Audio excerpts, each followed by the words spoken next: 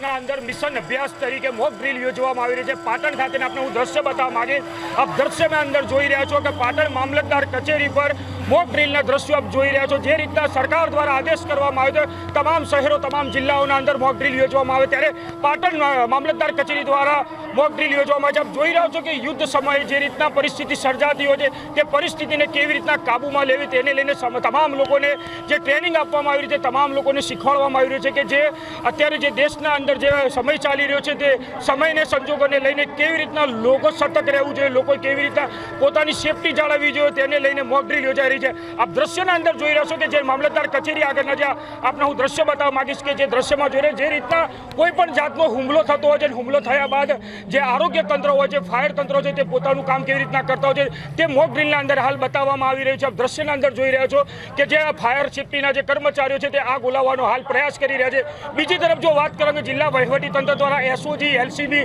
આરોગ્ય કર્મી તેમજ તમામ કર્મચારીઓ છે તે મામલતદાર કચેરી ખાતે ઉપસ્થિત છે।